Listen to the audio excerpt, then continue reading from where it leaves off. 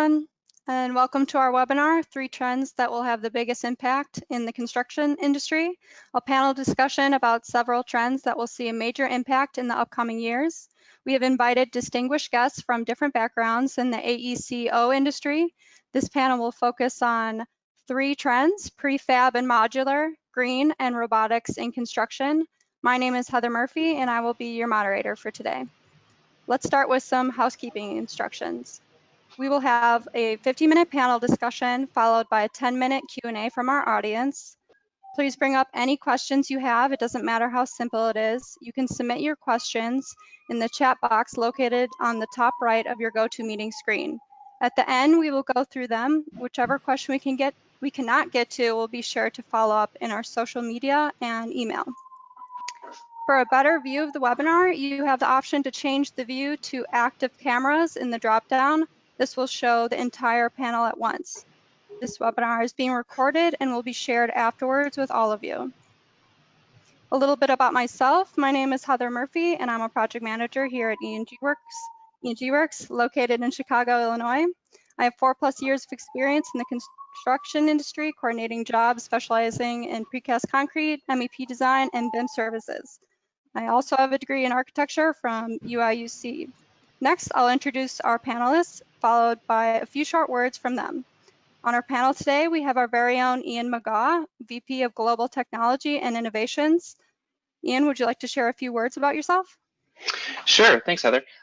Yeah, as Heather said, I'm the VP of Global Innovation and Technology here at ENG, and so what that allows me to do is work throughout the entire life cycle with a variety of great stakeholders, from architects all the way through owners, to help smooth the transition of the utilization of technology. Thanks, Ian. Our next panelist is Rich Conyers, Project Manager at Fox Architects in St. Louis, Missouri. Thanks, Heather. As Heather mentioned, I'm with Fox Architects. I'm a project manager and registered architect at Fox, come by way of a VDC and BIM role in the architecture field, and always look forward to creating a bridge of technology between architectural design all the way through to our owner operations at the end of projects. Thanks, Rich. Next on our panel is Scott Finello. He's a senior electrical designer at Design Engineers in Madison, Wisconsin. Thanks, Heather. Yep, my name is Scott Finello, as Heather said. I recently joined Design Engineers about 6 months ago as a senior electrical designer. Prior to that, I was the director of building information modeling at an architectural and engineering firm. And I've been in the industry for about 23 years, worked on a wide gamut of projects. So thank you, everyone, for joining. Thanks, Scott. And last but certainly not least, we have John Niles, Manager of Virtual Construction at HIT Contracting in Falls Church, Virginia. Thank you, Heather. Yeah, I'm the group leader for our virtual construction program at HIT Contracting. HIT Contracting was founded in 1937 as a painting and decorating company. Has grown to about to be ranked 33 in ENR and operates in 9 industry sectors across the country with a revenue of about $2.4 billion. While I've been at HIT, we've been actively pursuing the use of new technology where it can improve the client experience in terms of quality, schedule, and budget. I've been in the business for about 30 years. I started out as a drafter in the naval shipyard building industry, moving to government, architecture and engineering for quite a while, and now into construction. And really, construction is where the rubber meets the road, and it's just been really a neat experience to see how we can take that technology and push it out to the construction. Thank you. Thanks, John. We're very excited that all of you could join us for this discussion today, so let's dive in. Our first trend is prefabrication and modular construction. For those of you who are unfamiliar, the main difference between this type of construction and site build is that prefab and modular are building components that are built ahead of time in a manufacturing facility and then transported to site for final install. This significantly improves the time it takes to construct a building as well as the quality of work. There are a lot of benefits from prefab and modular, but do you see any limitations? Do you think this type of construction is geared towards temporary building design?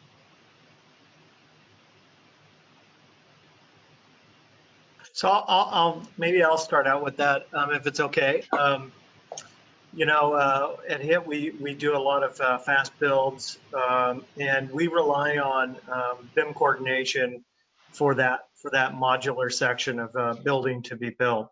That goes from when we start into the BIM coordination piece of it, where then our subs roll that out in schools that are then fabricated and delivered on site and put into construction. One of the challenges I've seen with modular construction is getting all the coordination of trades, so all the participation of all those different trades that may not necessarily traditionally be involved in the coordination process. Yeah, and John, and to I think that's. Oh, go ahead, Ian. go ahead, Rich.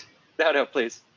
To piggyback kind of off of John's statement, the gaps in the industry and the typical design process that we as architects have kind of battled with for years, and I know contractors do, is effectively that we try to create this disjointed system where we tell people how to build it without necessarily knowing who's going to build it or getting feedback from them, and those who know a lot more about actually constructing it and fabricating it than we often do, and bringing those people on much earlier is a huge benefit and really a requirement in modular construction, and something that we're seeing creates a necessary bond between contractors and subcontractors and the design team as well. Mm-hmm. Mm-hmm.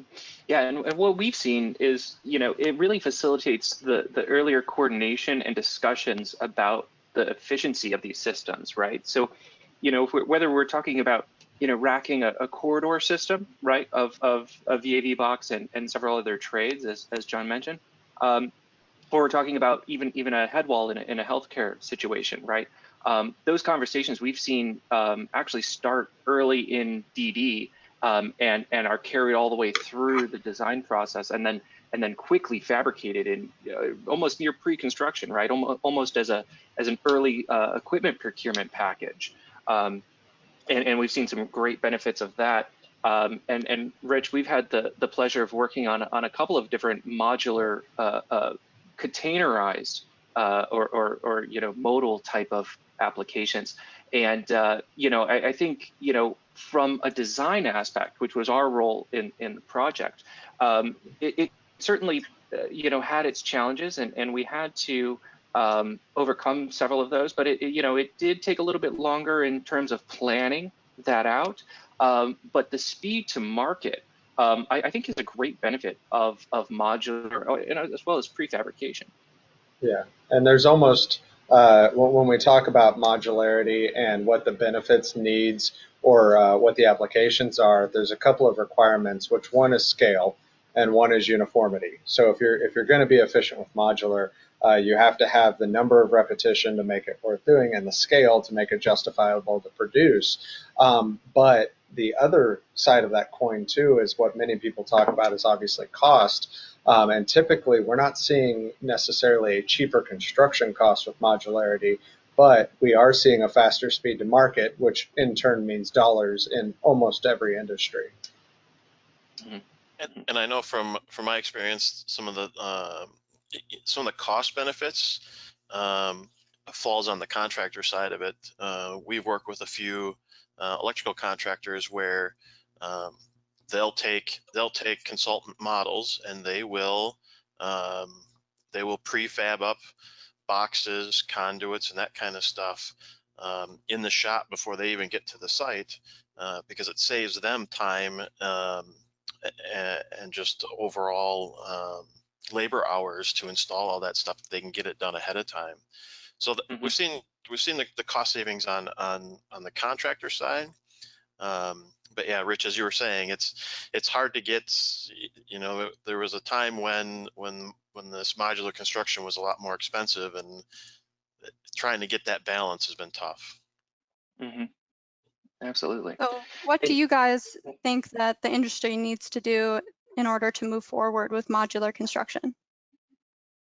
I would say that really the biggest thing that we need to see happen in the industry is additional trade coordination and participation.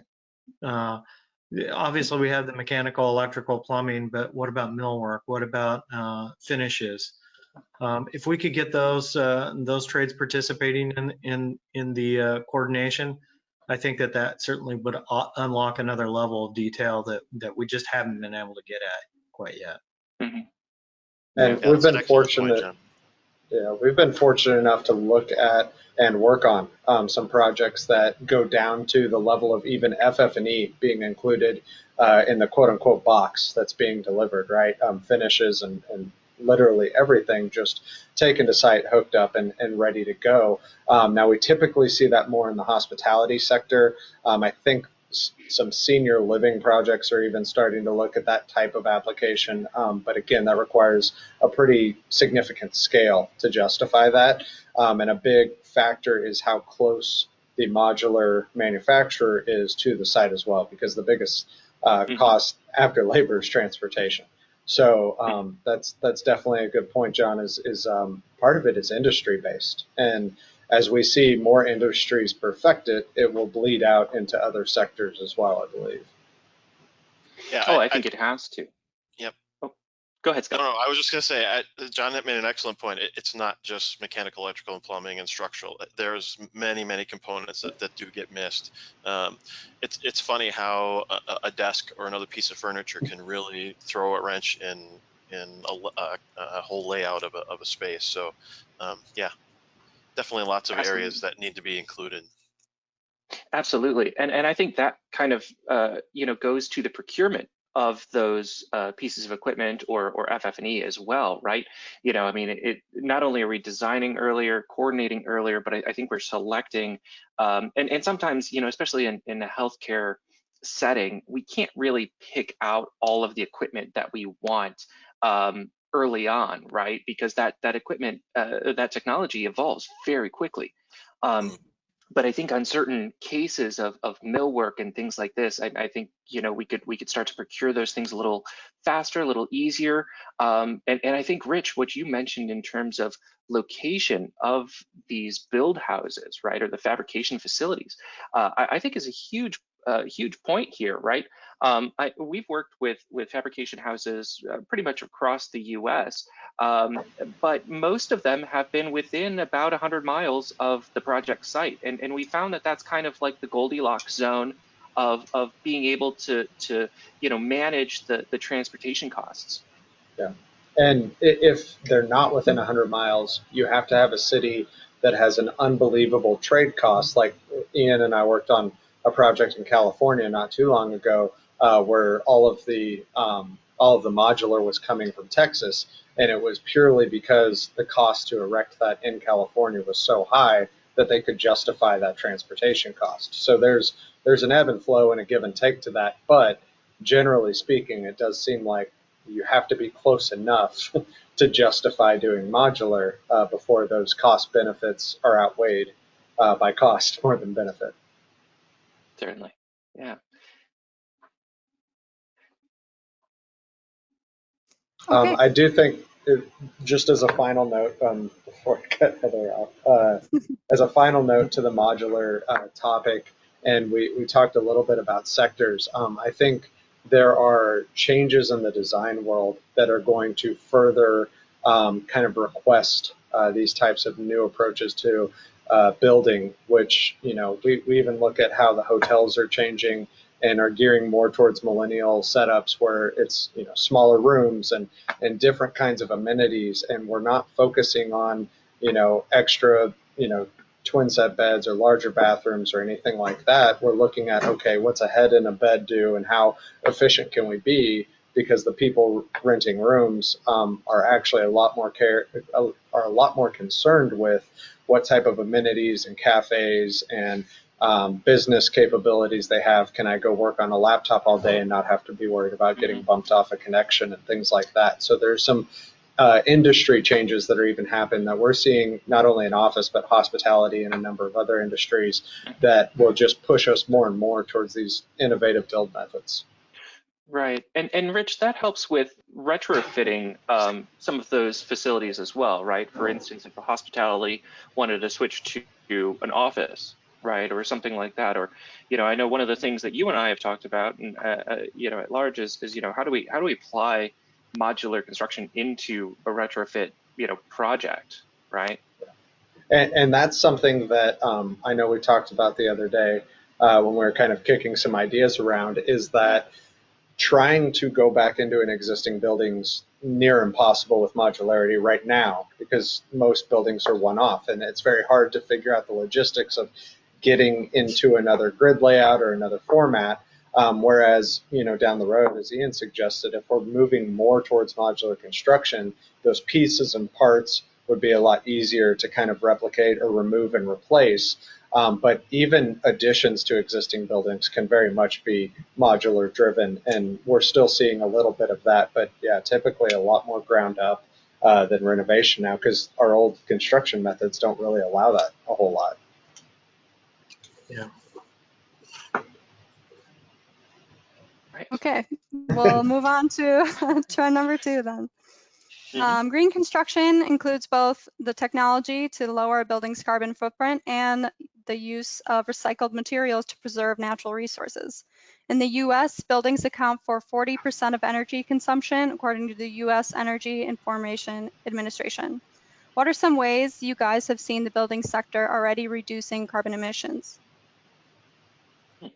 I know from the design side of it, I think a lot of the energy codes that have come out have really helped reduce that footprint.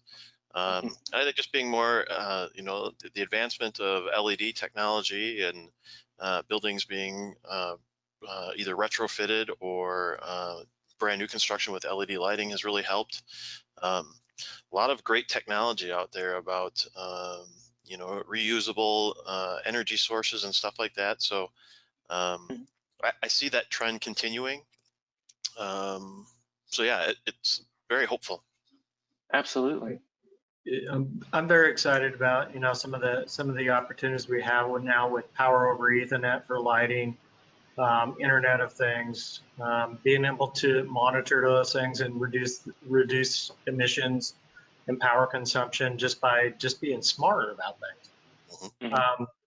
We actually opened an innovation lab. I'd like to share a little bit about that. I mean, it's no secret that we've got challenges facing the construction industry, and owners and operators are trying to reduce their carbon footprint. And we brought our innovation lab online last year to be an outwardly facing R&D program. It's a space that houses those R&D projects and supports our R&D program. The building itself, it was built around a state-of-the-art design on 3 key goals, which were healthy materials, net zero energy operations, and disassembly. It's actually designed to be disassembled, and we kind of talked about that in the other topic. The structure itself is a mass timber building, so it can be repurposed at some point. We're able to test out those new R&D paths on this building design, and we're carrying forward with subsequent projects, in partnership with architects, subcontractors, and clients directly. And we're looking at trying to reduce those emissions, the carbon footprint. We've got to figure it out. We as a society don't have the luxury of being able to have a world where we can't not think about this anymore. We have finite resources, so we've got to get smarter about how we build and operate our buildings.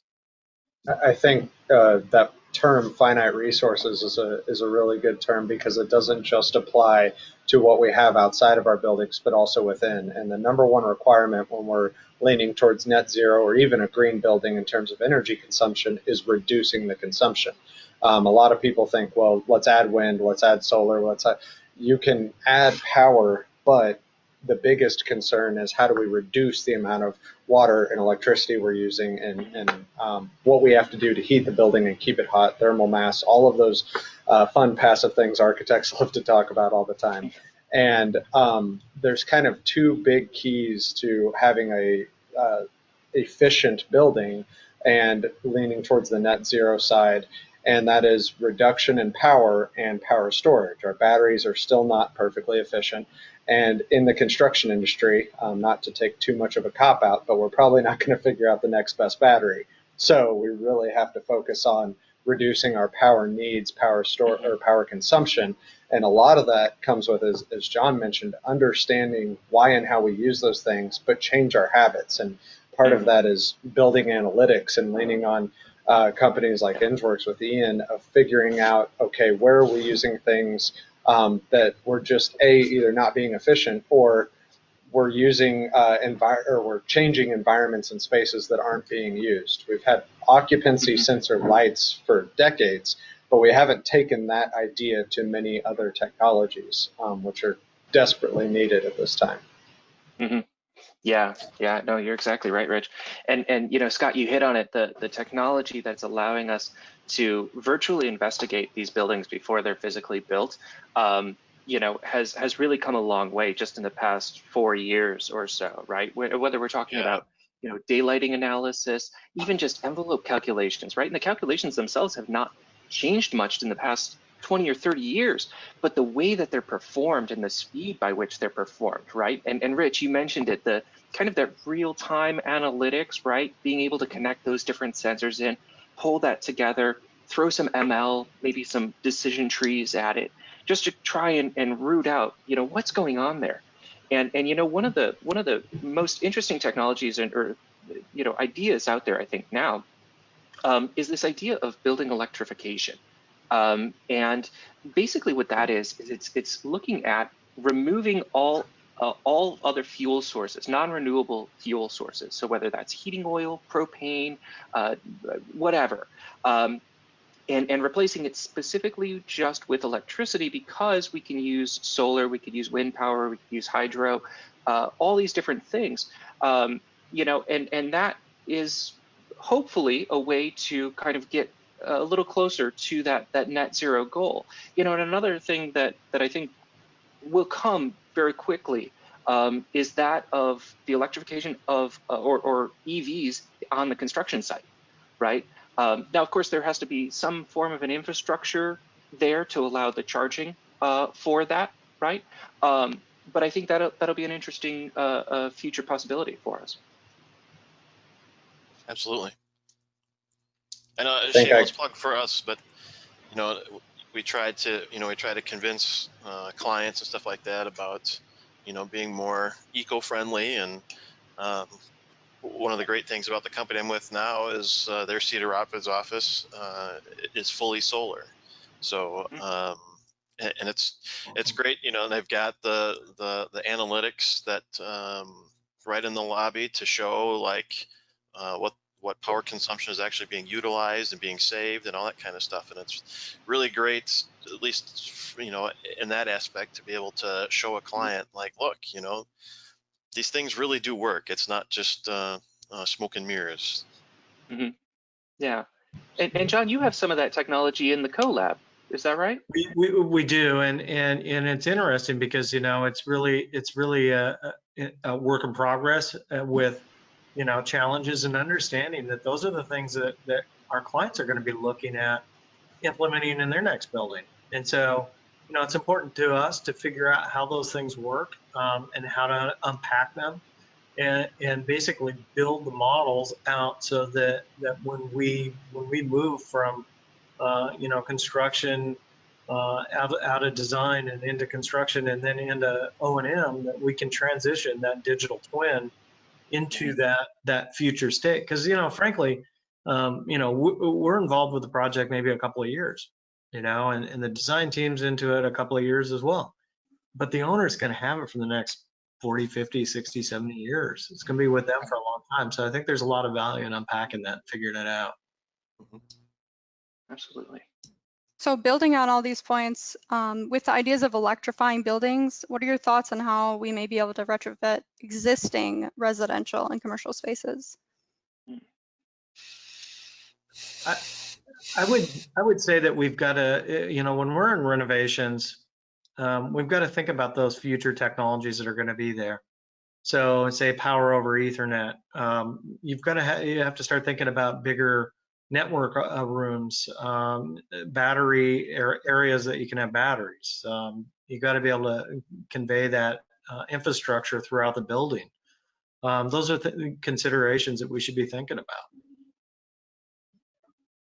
Yeah, and I mean, on the kind of thought process of electrifying buildings, I think I can speak for probably 95% of architects out there in saying we wish there was less space that we were spending on mechanical rooms and boilers and things like that. We'd all love to capture that square footage back and put it in other places. But even beyond that sentiment, there's a very strong movement towards individualized temperature control and not having, one unit, one temperature building wide. We understand that different people have different working temperatures and what makes them most efficient and most comfortable. And we're really understanding a lot with a combination of biophilic design as well as analytics put out by mega corporations with big data like Google and Amazon, understanding that employees can be incredibly productive.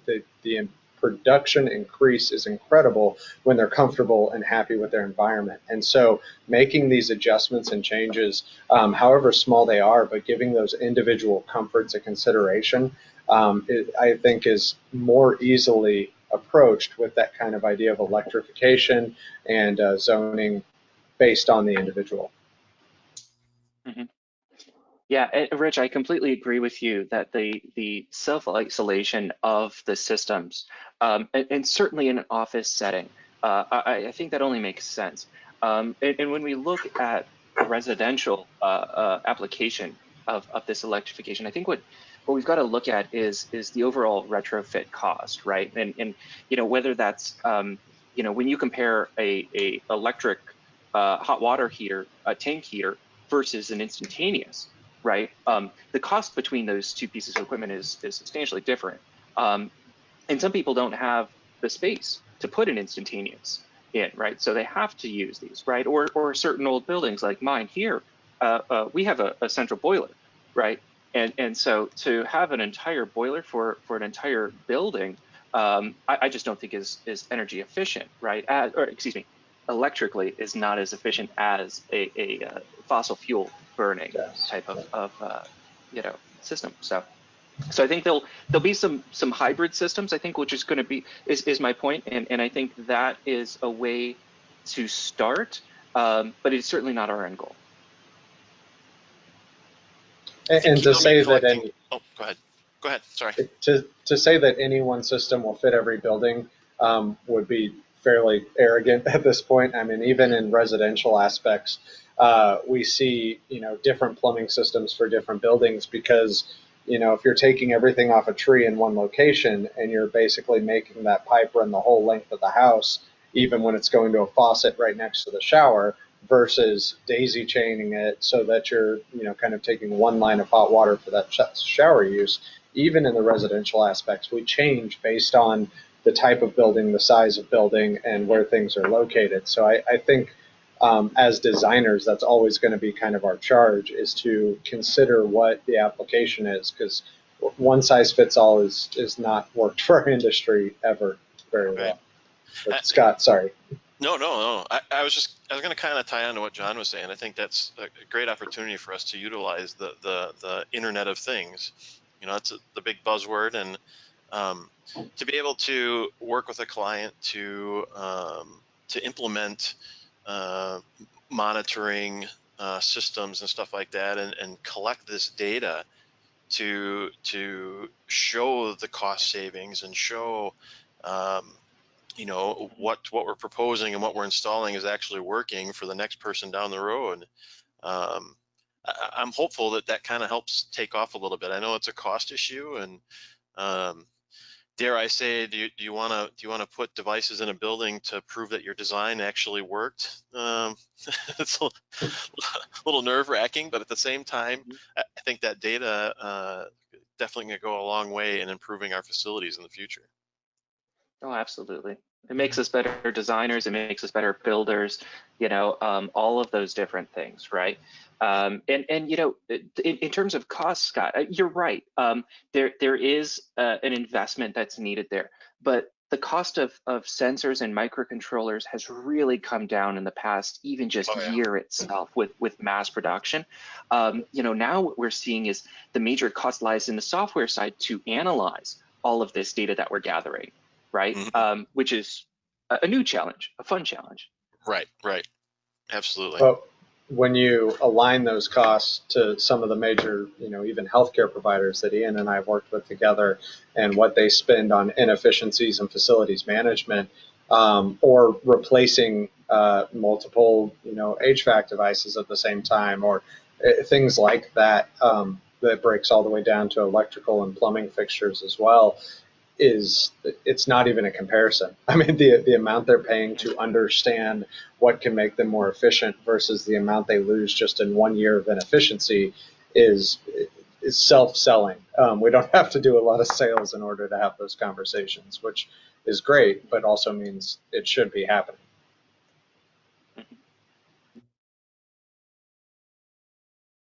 All right, thanks guys. I think we'll move on to our third and final trend for today, which is robotics. Robotics in construction is one of the industry's fastest growing trends. With the increasing use of robotic bricklayers and 3D printed buildings, some worry about the potential loss of human manual labor. Do you believe this is a real problem for the future, and where would this excess manpower transition to? I'll take a stab at this first. One of the things I think that will happen, I don't believe that jobs will go away. I think they're going to change for sure. We've seen this time and time again. I started out in this industry 30 years ago as a drafter doing hand drafting. We don't do that anymore. We have models that do that. And so it's a transition. It's going to require some investment in education to educate folks, to maybe troubleshoot the robotics, to be able to fix that 3D printer or to operate it, to be able to load those files in there. So I think it's going to change. I think robotics have an awesome opportunity to really make life easier for our construction folks. Carrying heavy objects, 10 flights of stairs to stage something. Hey, that'd be great. We're not putting someone in harm's way, or they're not going to get hurt. Those are some of the things I think that would be really great with robotics. Mm-hmm. And I think it's absolutely worth noting that a lot of individuals will ask the question of, are we going to lose jobs, especially trades? And we're in a time where there are fewer people going into trades than ever have, and there are bigger gaps in need for tradespeople than there have ever been. And we're not seeing that change in the immediate future, which also means that those people who used to go into trades, which are now looking for, quote unquote, professional jobs, are the ones looking for those types of positions where robotics are doing some type of trade work. And a lot of times it's, the person who goes into video game design that comes out of school and realizes either they can't get that job or they had another interest in an underlying kind of sidestep of career path, if you will, of things that may be more construction related or more automotive related or whatever. And in our specific case example, we're talking about people who would just take on a different job type. But really, there's not enough tradespeople, so it's kind of hard to argue that we're losing jobs when there aren't enough people to fill the positions we need already. Mm-hmm. Yeah. Yeah. Well, and to kind of, maybe change gears a little bit, I think one of the huge benefits that we're going to see from this, or rather the implementation of robotics in the field, right? When we're thinking about bricklaying machines, plaster machines, whether that's maybe drywalling, things like this, these robots, they can run 24 hours a day, right? They don't have to take breaks and things like this, which is wonderful, right? Now, of course, I completely agree with you gentlemen that there has to be people managing these and watching that they're doing the correct way, right? I don't think we're in a state yet, even maybe in the next 5 years, where these are going to be completely autonomous, right? The AI engines need to really grow leaps and bounds before that's a possibility.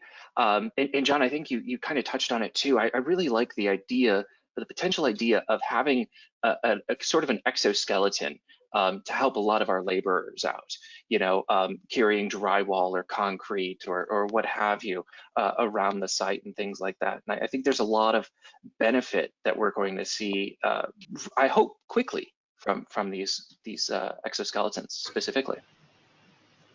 Yeah, and I really hope that. Oh, go ahead, Scott.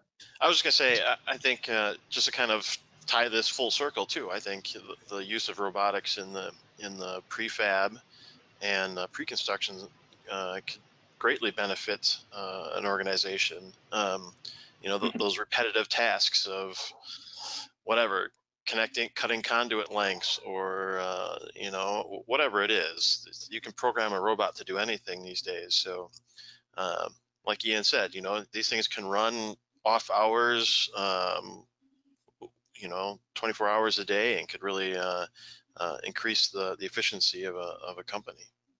Mm-hmm. Yeah, absolutely. I think one of the things that I find exciting about some of this stuff is taking those mundane tasks that no one wants to really do anyway, and automating them. So, you know, say you got to build lay a brick wall out. Wouldn't it be better if a robot could do that, and leaving the hard parts to the skilled tradescrafts, you know, the tradesmen, that where that really that skill comes in handy, you know, at a corner or a special detail where they can actually take the time. You know, being able to take those mundane tasks would you know, greatly benefit our trades and give them time back that they wouldn't otherwise have. And not only the mundane tasks, but the dangerous or safety issue tasks, right? I mean, how many times do we see trades where it's, okay, how many, you know, harnesses do you have to have in order to hang drywall on the ceiling on a man lift? It's how can we change our industry so that the same people who are doing the work can do it safer, without hurting themselves, without having to lift as heavy of loads, without having to put themselves in, you know, high risk or fall situations, which in turn not only reduces risk, but drops the price of the construction as well as the insurance, which passes on to the contractor, which passes on to the owner. And end of day, we all get to build cooler stuff more often because the money gets to go where we all want to put it anyway, right? Right. I hope insurance people aren't listening to this. Sorry, we're trying to push you out. Knock on wood. Yeah. I think they might welcome it. Right. You might be right. Absolutely. The underwriters would. Yeah. Yeah. You know, one of the things that we had chatted about the other day was the potential of, you know, leveraging almost a Toyota manufacturing type of a system, you know, and using those type of robots. So I'd like to, you know, I mean, guys, you know, let me know your thoughts here. But, you know, I think that in certain cases, and Scott, you touched on the repetitive nature of some of these things, right? And I think if we liken that to creating, for instance, the cubes for our modular applications, I think those things can be, you know, slammed out an assembly line, no problem, right? But I think that might be a little more difficult for other applications, right? Those one-off scenarios, right? Yeah, I think to just, you know, kind of like what Rich was mentioning earlier, you know, when you talk about the retrofit stuff, it's you're always going to run into issues on the construction site. You're always going to run into things that you just didn't plan. You know, maybe something wasn't quite built correctly the first time around. Especially in existing conditions, half the time you go into that not even knowing what's above the ceiling or in a wall or anything like that. So yeah, I think that would provide, or that would be some challenges to just to have something, you know, robotics just to, like you said, just run stuff off and not kind of, you still need that human element to it. You're never going to get rid of that. Yeah, I also think that there's, you know, there's an element where, you know, we can have robots that go out and do as-built, you know, with laser scanners and attach it to them and let them do that mundane task of capturing all that stuff and make them small enough to actually get up above the ceiling and be able to look and get a true condition assessment of the structure. You know, I was reading an interesting number. It was a KPMG Future Ready Index. It showed that robotics are only about 10% implemented, and compare that against, you know, BIM, that's 86% implemented. We've got a long ways to go with this. I think we're really very much at the beginning of it. I think it's going to change in the next couple of years, especially as computers get faster, smarter, more capable, and cheaper. I only see this area growing. And I think every For sure. person, not only on the call, but even watching this webinar, can give some example of technology that's been introduced into their industry and has not caused a loss of jobs. I mean, John mentioned going from drafting to CAD, but when BIM first started, everyone said, okay, the computer does the documents for you, right? We're going to get to cut our staff by half or cut our work week by half, and clearly that hasn't happened. But we've generally just put out a more evolved product and kind of changed the industry to be even more geared towards that finite coordination. And I think, as you alluded to earlier, John, you get the tradesmen focusing on those unique specific tasks that really gets us, some kind of cool details back into our buildings, which as a designer, of course, we can appreciate, but also lets us focus on the things that enrich our environment as a whole. And I think that speaks volumes about what could be important again, or what could go back into the right hands, reduce those mundane tasks and give the skill back to the skilled tradesman. Yeah, you're absolutely right, Rich. I look at it just the same way as computers and that technology has enhanced our lives. I see robotics doing the same for the tradesmen. You look at it as a resource to help you out and make you do your job better. Mm-hmm. Yeah. Now, allow them the creativity, as we mentioned before. I think that's huge. Yeah. Yeah.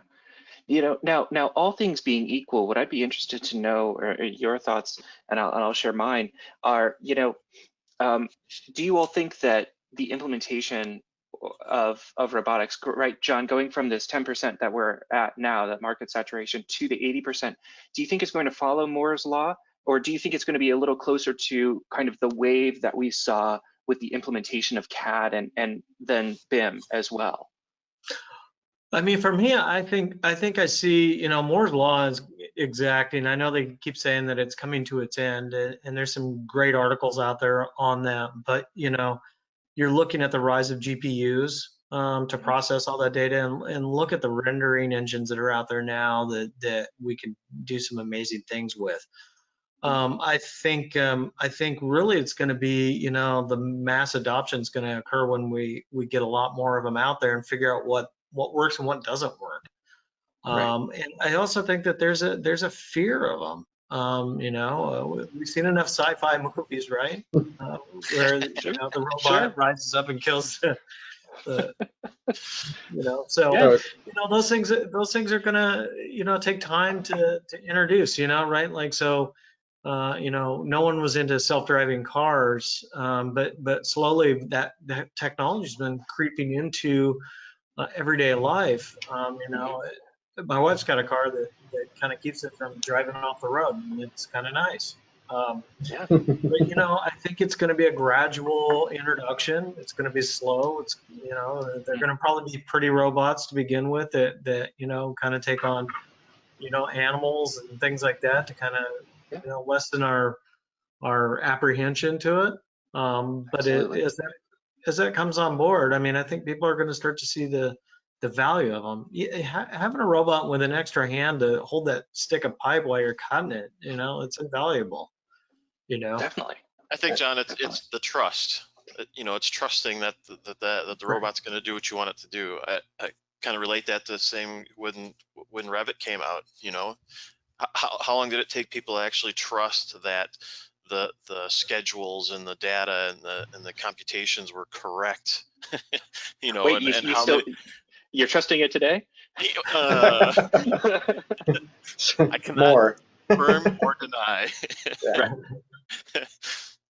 And I'm gonna take it there because we haven't had to yet. But the topic of fear in robots, it seems as a historic view that we tend to progress the most in either times of war or times of sickness, right? And it's almost shocking to me that at a time where we needed to put up more healthcare zoned separate from individuals type of structures as quickly as possible with as few human interactions as possible, we didn't use robots or anything. We didn't see this huge jump in movement forward at a time where that would have probably been the most applicable point to date where we've had that technology. And so I think that speaks volumes to John's point of we're only 10% implemented. And that says something about, it takes the industry getting more comfortable, but we also had having a pretty big event that's requiring the use of some of those things, or at least strongly suggests it. And we haven't seen a ton of push in that direction. And I'm not saying that's a good thing or a bad thing, but it does seem to not be there yet in terms of the adoption overall of robotics in the construction industry. Yeah, I completely agree with you, Rich. One of the great ideas, I forget who brought it up the other day, but was almost like a little follow along type of a tool chest, right? Was like a a great trash idea can, too. tool table. Yeah. Yep. And I think, just to the point of kind of, calming everyone down and easing those apprehensions, aside from, the understanding of Asimov's, laws, right? But I think that's a way to really get people into, all right, yeah, you're just going to follow me around, like, I know they've got the little dogs and cats that you can get now too, which is kind of cool. But, maybe we just put like you said, John, maybe we just throw a little laser scanner on top of one of these and see what happens. Right. Yeah, that was Right. one of the things we talked about was they was utilizing the robots, and in the green construction is utilizing them to scan ferrous and non-ferrous materials and what can be recycled and what can't, and rather than all the construction waste going into one large dumpster, figure out a way to program robots to be able to separate and clean up the job site and recycle what can be recycled. And It's a great idea. Great idea. Yeah. Or at least make it easier, right? I mean, most of those trades are working with one or a couple types of materials. If you have somebody following you around, if you have something following you around that can help you, and it's like, okay, like you said, ferrous over here, non, or all the wood goes here, etc. Then it makes it incredibly more efficient to either reuse or recycle those materials, or even downcycle them. I mean, it's a totally different ballgame as opposed to throwing everything in a 40-foot dumpster and then trying to deal with anything off-site's, just as we've seen, not going to happen on a consistent basis. Right. Okay, well, I think we've touched upon a lot of interesting views here today, whether that be on the future of prefab and modular construction, or how electrifying buildings can contribute to green construction, or the exciting integrations of robotics in the industry. So we're going to conclude our panel discussion, and we would now like to turn to the audience for any questions that they have. We have one question coming in. Are there any additional trends that you are watching right now? I think that there are a lot of interesting trends with the Internet of Things. I think you're starting to see, technologies out there. I know a couple of companies that are working with RFID systems to read materials and understand where those things are being shipped at, where they're at, or when they're going to be coming on the site, so you can stagger shipments, logistics to a site. Say if you're in New York City, you don't have a lot of space, or in Chicago, you don't have a lot of space. So staggering those deliveries, sort of the Uber for deliveries, gives you the opportunity to kind of work with less, and that plays into modularization as well. So Yeah, one of the big buzzwords that's come out maybe in the past year or two has been that of digital twin, right? And I think people use it in varying degrees. It's kind of like how we used to use BIM. I think now we've kind of all settled on what that means. But I think the digital twins and the way that they'll evolve is something that I'm looking at. And really, it's not how the digital twin evolves. It's really the linkage to the physical world, right? And perhaps even to take that a step further, what I'm interested in for that is the utilization of AR technology, whether that's the Magic Leap or the HoloLens or what have you, but to be able to visualize that virtual on top of the physical a little easier, right? You know, right now there's a lot of heavy lifting that has to be done to do that, right? But you know, we will get to a push button very similar to where we can quickly render today, almost in real time, right? With platforms like Enscape, you know, I think we'll be able to visualize our designs and facilities just as quickly. And John, I think you touched on it when you were saying that computing is just going through the roof right now, and that's really going to facilitate that. And I can say from the architecture perspective, especially with a focus on visualization, we, as an industry, I don't believe thought that we would go from VR to VR with BIM information baked in to AR. We kind of envisioned this, you know, going from virtual reality to augmented reality and mixed reality, of saying, okay, you're going to go from, you know, being closed off from the world and seeing this thing to seeing an overlay. And what we're realizing very quickly is the interfaces for the AR just aren't quite there on every sense. There's a lot of capabilities, there's a lot of uses, but it's not near as usable as we planned for it to be by 2020.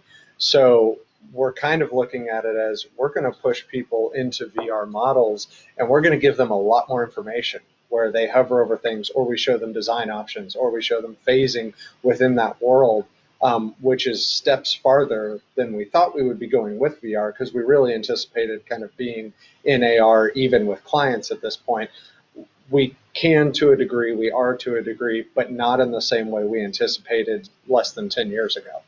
So it's interesting how certain things evolve quicker. You know, even with the people who are working with these softwares every day, it's just the world changes and we have to pivot. Okay, for I think me, we one have. of the, oh, Go no. ahead, Scott. Well, I was just gonna, I kind of wanted to tie on to what John was saying. You know, we mentioned a few times, it's kind of funny how it wasn't a topic, but we kind of made it one, was the Internet of Things. I would like to see something that kind of interests me is seeing that more tied into the facilities end of things. Like kind of we mentioned before, after construction, you know, being able to monitor systems better. Not just having, you know, the simple red and green light. Yes, this motor is working. No, it's not. Being able to monitor how the flow rates are going, and maybe this will allow facility managers and those type of staff to be able to see when there's a problem in the system before it actually fully fails and that kind of stuff. So that's something I would like to see included more. Okay, I think we have time for one last question. We have one. Has anyone worked with drones on a project, and what was that experience like? Who wants to start? Yes, I have. Yes, we do. And we have a lot of success with those.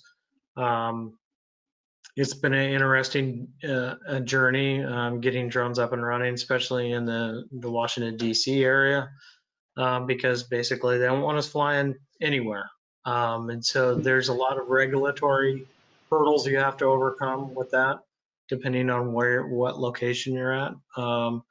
But you know, it gives you an eye that you just can't see any other way, and it's incredible. It really just, I can't say enough of not only do you get pretty pictures, but you also get a lot of really interesting data out of it. And so I'm really excited about what's going to be happening with that over the next couple of years as well.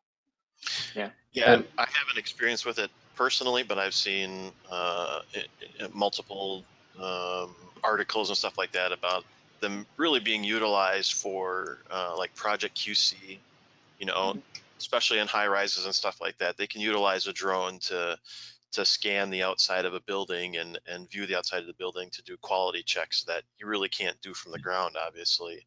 And then just to take, you know, project related photos as the projects of this, or as construction goes on, just to have that snapshot of progress as it goes along. So I'll say, as a personal experience, we work with quite a few clients who are, you know, across the nation. So the person we're working with on the design team a lot of times is not anywhere near the project site. And so drones, as Scott and John both mentioned, provide another level of information that you just, it conveys an amazing amount in a very, very quick, short amount of time, usually a video, and project updates alone. But we're also able to pull photogrammetry from those drones and use that, whether it's with existing data from topography to existing buildings, but also overlay that in our models for visualization, different platforms and stuff like that. But we've even done 4D and kind of a AR overlay, if you will, of new buildings and phases over existing drone footage to explain the way a building's going to happen, as opposed to just utilizing that live footage, and have had worlds of success with clients being able to understand things that you just can't understand from a 2D drawing. I mean, it's really fantastic that technology has come so far and so accessible so quickly. Yeah. You know, and to that point, Rich. Oh, sorry. Go ahead, John. Oh, go ahead, Ian. I was going to say I'm you know, I was going to speak about the photogrammetry as well, but you know, my only point here is, you know, I'm really surprised how long it took us as an industry to have quadcopter drones on site, right? You know, when they've been around for many years. Yeah, it seems to have taken way too long. You know, considering the benefit that's there, and you know, Rich touched on that. You know, being able to remotely monitor your project, especially in an environment that we're living in now, where we should be traveling, frankly, gives you that ability to see what's going on your project. I mean, it's you know, it's incredible. Okay, well, thank you all for joining us today and for submitting your questions. Please follow us on our social media channels, LinkedIn, Facebook, Twitter, Instagram, and YouTube to be updated with our announcements and for our next webinars. You can find our social media links here in the chat, and I hope you all have a nice rest of your day and happy 4th this weekend. Thank you, Heather. Thanks, Thank you, everyone. everyone. Thank you. Everyone.